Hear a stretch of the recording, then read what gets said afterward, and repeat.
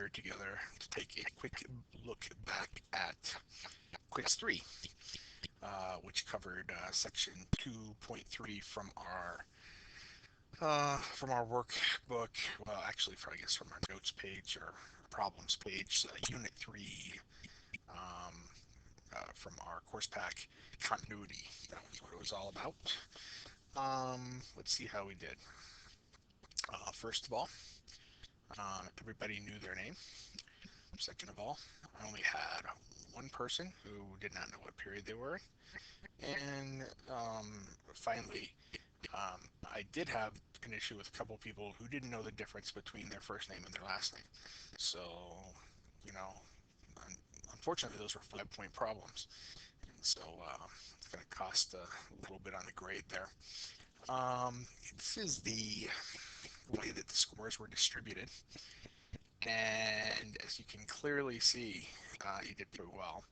This is about, what, 37 out of 40 points. There's a 4-point bonus. So we'll call that like a 92.5%. And then when you look at the median, it was even higher. It was 40. So what that means is half of all people that took this quiz got 100% or above, which is certainly frightening. Here's about half the class right here. I think there were 22 maybe, 40s, 141, and then like I think 15 or 16 I think, 44s. Yikes, right? So that's good. It's certainly good. But I also think that this information very much is designed conceptually to be something that has to be thought through and seen, and not necessarily graphed. I think some of the algebra could be shortcut with the graphing calculators. That might have helped some people. So I think there were probably some reasons that things were a little higher than on standard, standard in-class type of quiz. But when you have that opportunity, you take the points and you run, and you don't look back, right?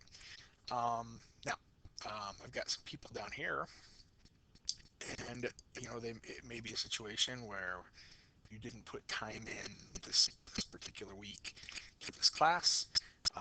You're behind, and if that's the case, you've got a test on this stuff coming up. Now, on the other hand, if you were putting all the time into watching the lectures and really legitimately trying the homework and we're still struggling, you just need to reach out and ask some questions. I only have one geometry class. I usually have 4 or 5 times more geometry students who come to my help sessions than Math and Al, and I have 3 classes of Math and Al. It's not even close. And trust me, you're doing much more difficult mathematics. So you're gonna have to make that decision. If you're doing the calculus next year, you want to know this stuff. Reach out, let me know. You don't necessarily have to come to one of the afternoon tutoring sessions, but you at least need to see how maybe I can help you out. There were no massively frequently missed questions. Now, the way that I think the software does it is they look for any problems that were missed by more than 50% of the class, right? So if 49% or below of the class gets a problem right, they're gonna ask about it. The one of the last problems, problem 11, barely above that. So even though it says there were no frequently missed questions, there was one that was a trouble problem for quite a few people. But other than that, there were not too many problems that were massively missed. Once again, if this was possibly given under a normal, if this was given under a normal classroom environment, it's feasible that more people may have struggled a little bit without having to use the calculators. I don't know how much you guys are using your calculators, but normally this is a no calculator quiz, and so um, that may have may help some people out. Problem number one um, was a visual problem. In fact, 1 through 6 were really what I would call visual, where you were given pictures, you just had to interpret what you were seeing. Problems 7 through 11, and then and then probably including the bonus 2 were more analytical. You really had to fall back on more of your factoring skills and how to interpret, zeros in the denominator and what those tell you regarding the types of discontinuities that you're encountering. And those are the types of problems where I do think, having a calculator may have been able to help some folks a little bit more. Problem one, where are the discontinuities? Where are they? So if we come up, we encounter our first one at x equals -1. Specifically, that's a jump discontinuity. Moving along, we see a hole, which is a removable discontinuity at x equals 0. And then at x equals 1, we have another removable discontinuity. We have a hole. The only difference really is this one, it doesn't have a defined value anywhere. So it's undefined at x equals 0. Um, this one is defined somewhere else, but it doesn't matter. They're both discontinuities. And so yeah, those are the three places: 0, -1, and +1. And if you got all three of those and didn't pick the other ones, you got it right. And looks like about 90% of you did. More than 90% of you picked each of the individual correct responses. There may have been some folks that nobody picked -3, -2, or 2, so that's great. Nobody picked any discontinuities as where the graph was continuous. But some of you may have, uh, like on the hole that had a different point, thought that maybe that didn't count, but it still does. It's definitely still not a connected graph. And the jump discontinuity definitely is a large one. Now, what's interesting is number 2, which is the exact same problem, except this time instead of just saying where are the discontinuities, it's more specific. It says where are the removable discontinuities. So um, we're still not going to use the ones we didn't use before, because if they weren't discontinuities, they can't be removable. But we're also going to have to throw out -1, because jump discontinuities can't be fixed. A removable discontinuity is a continuity that can be fixed with a single point. And there's no way that I can connect this big gap here with a single point. On the other hand, if I defined f of 0 as 1, I fix that continuity. If I define f of 1 as -1 instead of +1, right, and move that, that's fixed. That's why holes are called removable discontinuities, because they can very easily be fixed. And so that's your answers, just those two. And this was probably the one problem on this quiz that you struggled with the second most. 78% of you got it right. But a whole lot of people thought that jump was removable, but you can't fix a jump without changing the entire function, not just changing a single point. And so I was a little perplexed that it was that big of a jump off, about a 12% jump off, but still, 4 out of 5 people were getting it right. Number 3, this graph is shown as continuous at which of the following points? So um, it looks like they're just right in sequence, so that makes it a little bit easier. Let's just kind of track through. Is it continuous at -3? No, there's a removable discontinuity. At -2? No, there's a removable discontinuity. At x equals 0, well, yeah, it looks like there's no problem there. And so at x equals 0 is going to be our answer. If we did keep going, it looks like we have a jump at x equals 2. And then it looks like at x equals 3, these things are moving up and down, probably, right? We don't know for sure. But I would assume that is a vertical asymptote there. And make it into an infinite discontinuity. That certainly appears to be what that is. But yeah, the answer on this one was C. And wow, that's really pretty good. So you guys were all over the infinite, or the, I'm sorry, the continuity. I think the next one asked about infinite discontinuity. Same exact graph, right? Same exact graph. And this time we're just seeing where we have a possible vertical asymptote. And the only place is at 3. Certainly not, that's not going to happen at a hole. Maybe somebody got confused at the jump, but vertical asymptotes, you can't be defined on a vertical asymptote, and we definitely have a point right here at 2 that's defined, so that wouldn't work. It looks like your only option is x equals 3, and this one was just to fill in the number, and there it is, 3. Yep, really good. I agree, Han. That was some nice work there. Most of you guys got that one correct. Number 5.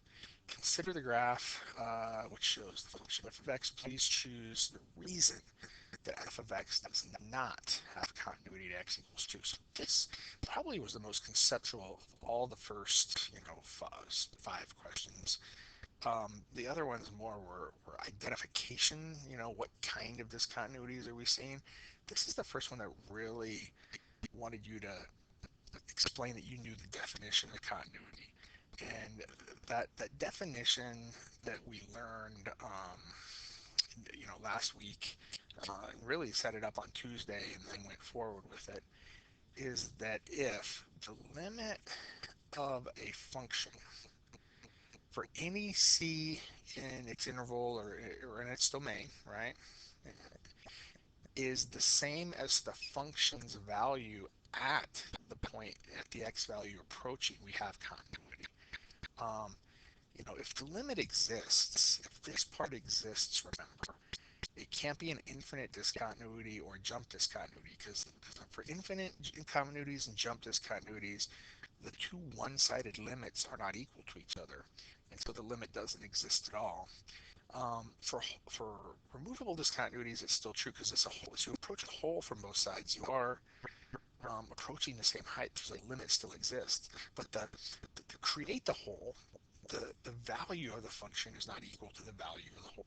And so these two things have to be equal for continuity to exist. And so that's really what this question was getting at. And so, when we look at x equals 2 down here, we definitely have your two sides of a graph coming together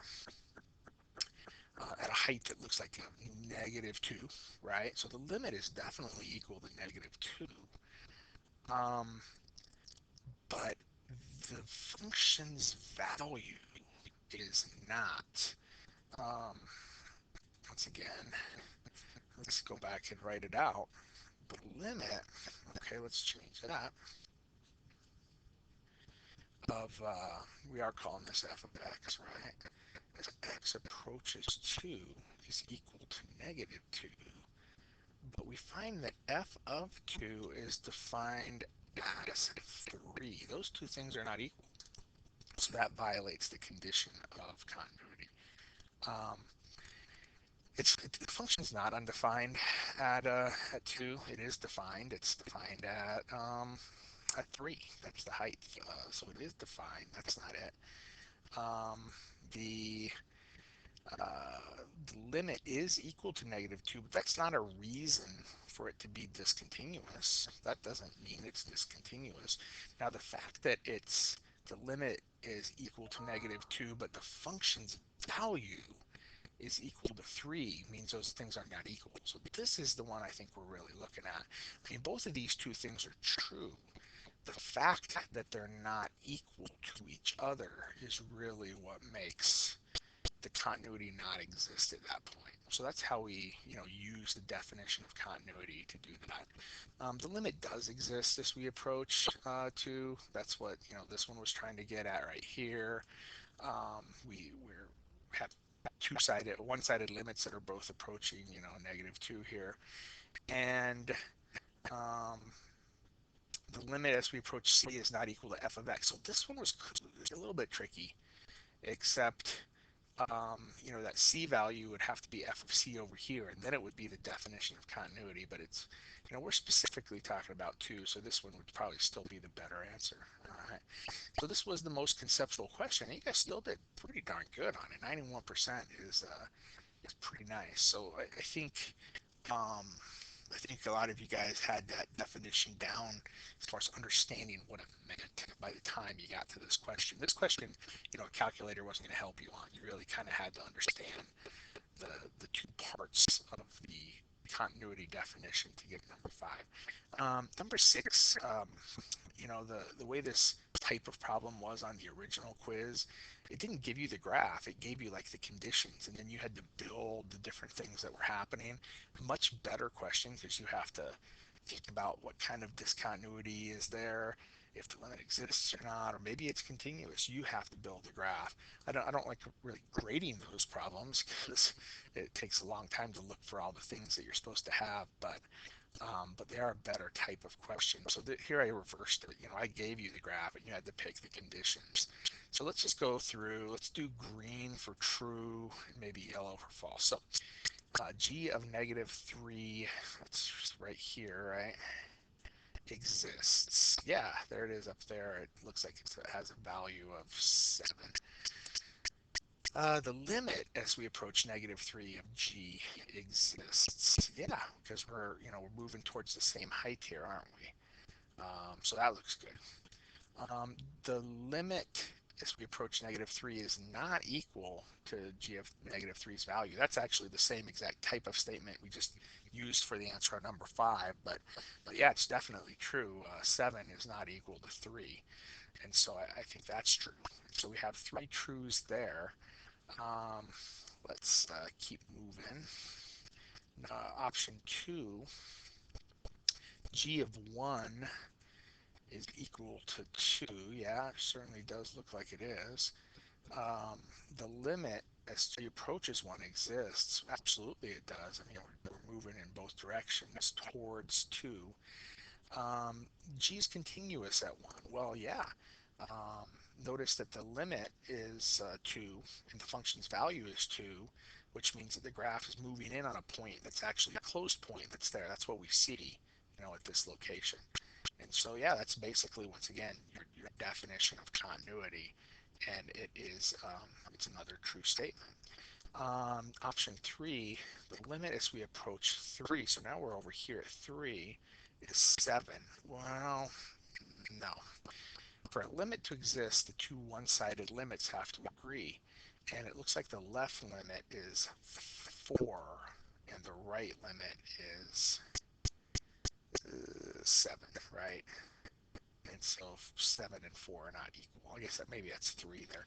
But anyway, definitely the two-sided limit does not exist. And so as soon as the first one's done, you don't even have to look at the other ones, which look like they're true. Well, the last one wouldn't be true either. This one is also false, because this implies that the limit exists, and it certainly does not exist. This one was true. The last one, g of 6, exists. No, actually it doesn't. I mean, we have a hole there, but if you look along this vertical stretch of real estate, the function never defines any other point other than that hole. So it's just not, the function's not defined at that value.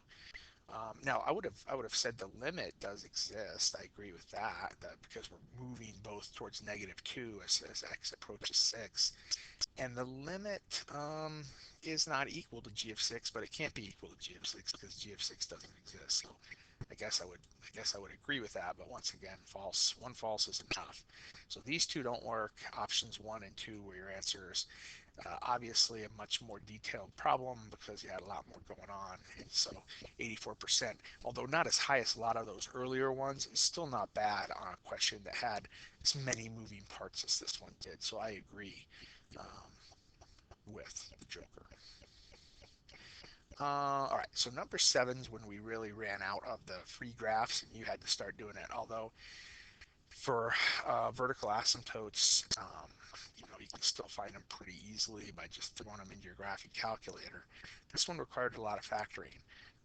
If you can't factor, these last problems were really rough. Now, having a much longer time period and being able to maybe go into your notes and review the different factoring methods could have been a huge bonus for you. And that may be another reason why the quiz scores on this were higher than in a classroom setting. Let's go ahead and factor this. Let's break this down. First of all, notice that every term on the top, every term on the bottom, they all have x's. I can take out a single x from all the top and the bottom. Now, once I take those x's out, right, the top is a trinomial that factors into two binomials. If you need a little more time to follow through on this, you can pause this and just kind of look and make sure it makes sense to you. Now, these four terms on the bottom, they don't have anything else in common, so we're going to have to do some grouping, I think. And so, like the first two terms, I can take out an x squared, and these last two terms, I can take out a negative, right? I'll take the negative 16 out. Okay, so now we notice that, so we're pretty much done with the top. The top's kind of done. But we notice that the bottom inside here, we have x plus 3, x plus 3. I can factor that x plus 3 out and leave the x squared minus 16 left over. Which, oh, by the way, x squared minus 16, we know, is difference of squares, right? So when we're talking about discontinuities in a graph, we don't really care about the numerators. I mean, 0, 6, and negative 3 could all tell us something interesting is happening. It may just be a zero of the graph. It may just be where it crosses the x-axis. And it may be a hole. Depends, doesn't it? The bottom's the one that we really need to watch out for, because the bottom tells us you're either going to have a vertical asymptote or a hole every single time. The bottom of these rational functions has always got to be one of those two things. And we learned in Unit 1, those values will never be part of the range, and they'll always cause either vertical asymptotes or holes. So we know right away that 0, that's the first one, right? Negative 3 is the second one. 4 and negative 4. We know that those are going to be issues. What kind of issues? Well, the 0 does not cancel. So that's, or it does, I'm sorry, the cancel is right there. So that's going to be a hole. The negative 3 also cancels. See that guy right there and that guy? Those cancel. If they cancel, you're going to get holes. Now the 4 and the negative 4 here do not cancel. And so those guys are going to be vertical asymptotes. Holes, these guys right here, are what we call removable discontinuities, and vertical asymptotes, these guys right here, create what we call infinite discontinuities, because the graph's trying to either reach positive or negative infinity up or down that vertical asymptote. So with that in mind, let's keep those numbers. I think that's going to answer the next three questions for us. Where are the removable discontinuities? Well, according to our calculations, at 0 and negative 3. 87%, that's pretty good. That's pretty good. Um, some people I think lost that X. They just, they can't probably factor the X out and just canceled it and forgot about it just because it wasn't, X plus 2 or X minus 3 or tied to something else. You can't do that. It's still a factor. It's a 0. And so it looks like 4 people may have gotten the 3 right, but lost that one. A couple other people maybe made some factoring mistakes. The next one was jump discontinuities. Well, none of these are jumps. These rational functions, you'll never have jumps. You'll have vertical asymptotes or you'll have holes. Otherwise, these are totally continuous. So the answer was just nothing wrong with any of, there's no jumps anywhere, I guess is what we want to say. And much bigger proportion got that one right. So yeah, good job. I agree, girl with blue hair. And then finally, where are the infinites? Well, those were those vertical asymptotes occurred. You could have probably easily gotten those from a graphing calculator. If you graph this function without factoring at all, you would have seen those. And so I wouldn't be surprised if this was the highest of those three questions. And it was. Look at that, 97. So, oh, that's unbelievable. I agree, kid who is really surprised and excited. Number 10. Another factoring problem. I'm not going to take you through the long steps here. I'm just going to show you that the top factors is a difference of cubes and the bottom is a trinomial and the binomials. And if you're gonna write an extended function, that means you're fixing a hole. So that we're gonna have to fix this thing at x equals 3. And you can see that right off the bat, that doesn't help us very much. These all have that. And they all, say, all right, if we can't use the original function at x equals 3, what can we use? And they all have the original function where it's supposed to be. So the only difference between all of these problems was, um, that last piece, the piece that you're plugging the hole with. And so if we think back to Unit 1 and how we found the y value of holes, what we did is we went to the reduced function. What happens when I get rid of those x minus 3's? I just take the reduced function and then I plug in the location of the hole, which is 3. Well, I get 3 squared plus 3 times 3 plus 9, so that's 9 plus 9 plus 9 are 27. And on the bottom I get 3 minus 4, which is negative 1. So negative 27 is the one we were looking for, and that would be option C. Option B was very close to that. It was positive 27. So if you subtracted incorrectly on the bottom, you would have gotten B. And the others were either 3 or negative 3. I think you would have gotten that. Well, no, because even if you accidentally got a negative in here somewhere with bad factoring, 9 minus 9 plus 9 still would have been 9 over negative 1. Well, anyway, the answer was C. And that's pretty good. Yeah, almost 90%, 88%. It does look like a couple people might have got that. Positive 27 for B. But anyway, number 11 was the one that I think was definitely the most missed, and this was a fill in the blank. So you couldn't like work backwards on it. You had to come up with an answer. The one nice thing about this one, I must say, is that it did tell you where you were concerned. We were concerned at negative 5. Now, the truth is it could only be negative 5 or 5, because remember, removable discontinuities can only be fixed at holes.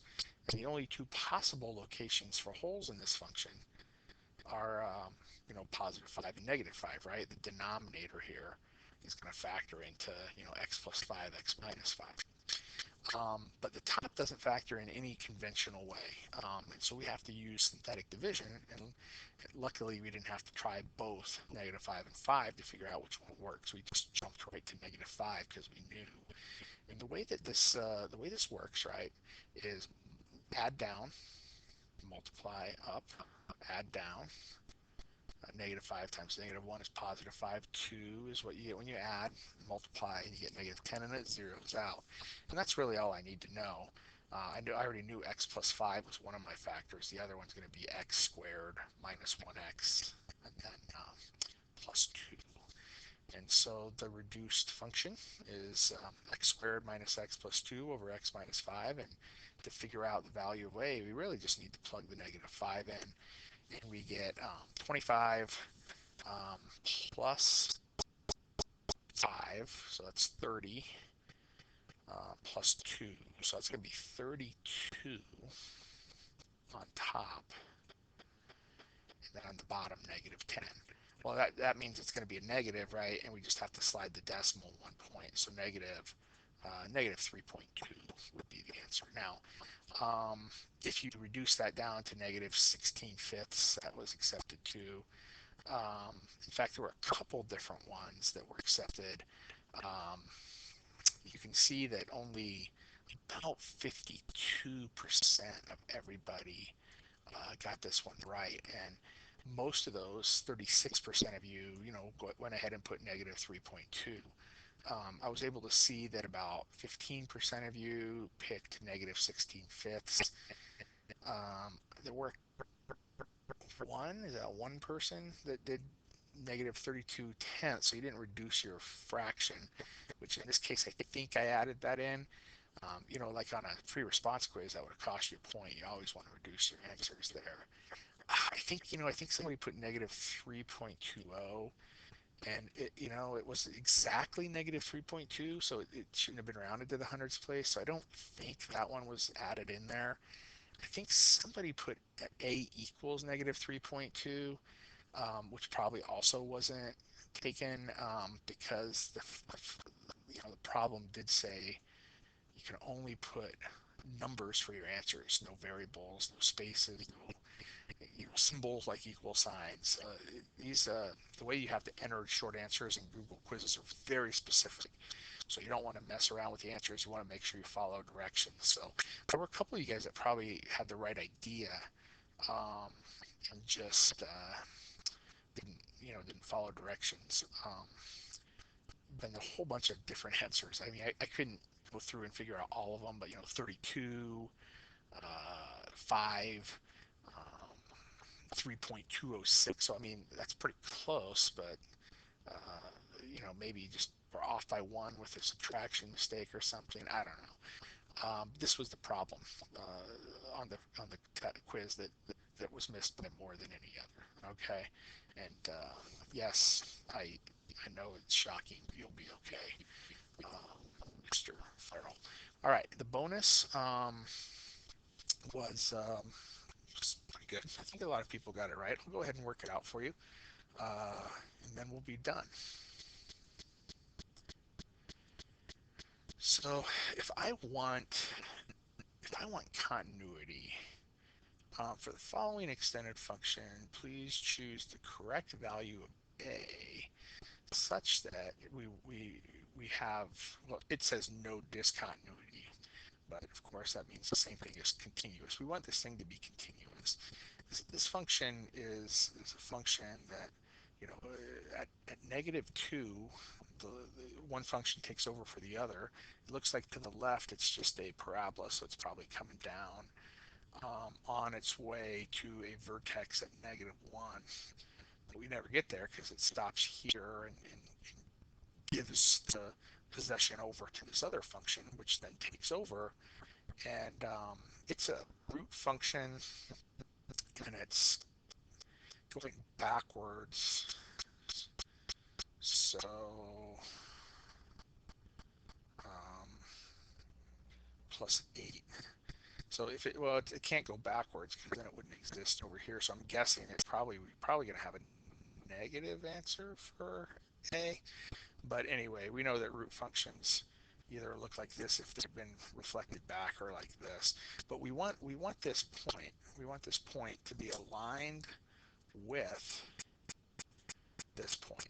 I mean, that's the only way we're going to get continuity. We can't have it down here. We can't have it up here. It's got to be here.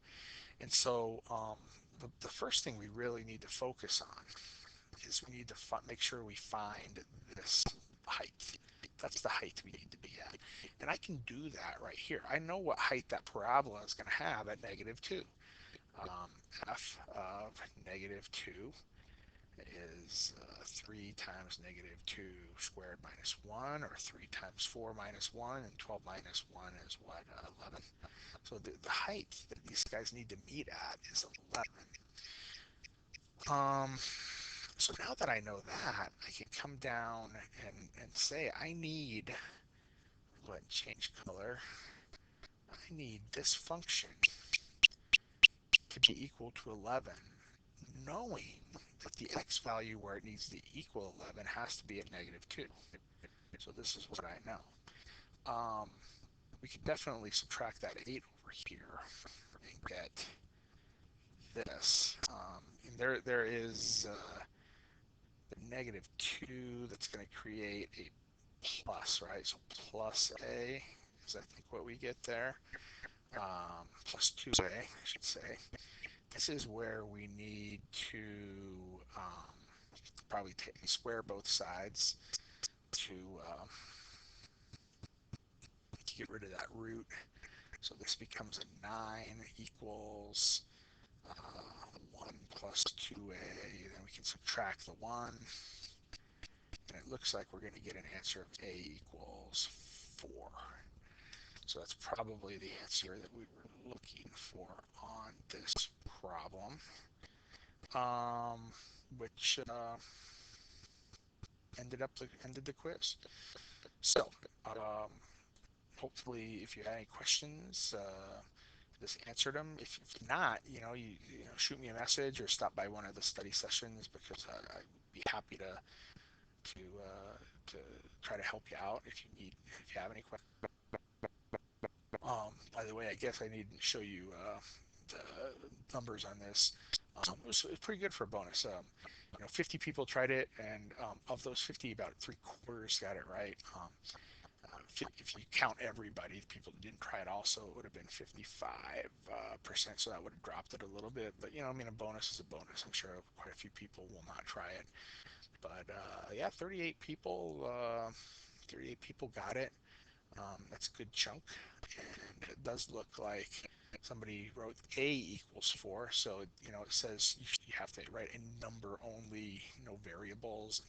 So once again, that would have been nice to get some extra points there, but really try to follow directions on these, because Google Forms, Google quizzes are very, very picky. Let's put it that way. Very, very picky. Was it negative 3.2 the answer on one of the previous ones? I wonder if somebody just wrote the wrong answer in here on this last problem. That's kind of weird, isn't it? Anyway, carry on, and remember, you got one more quiz coming up. Tomorrow is going to be a fun day, learning what calculus is all about, and then we'll work our way towards our last big summative assessment on limits, and then wind down the semester. So take care, and the next big challenge is calculus, right? Calculus. Yeah. Adios.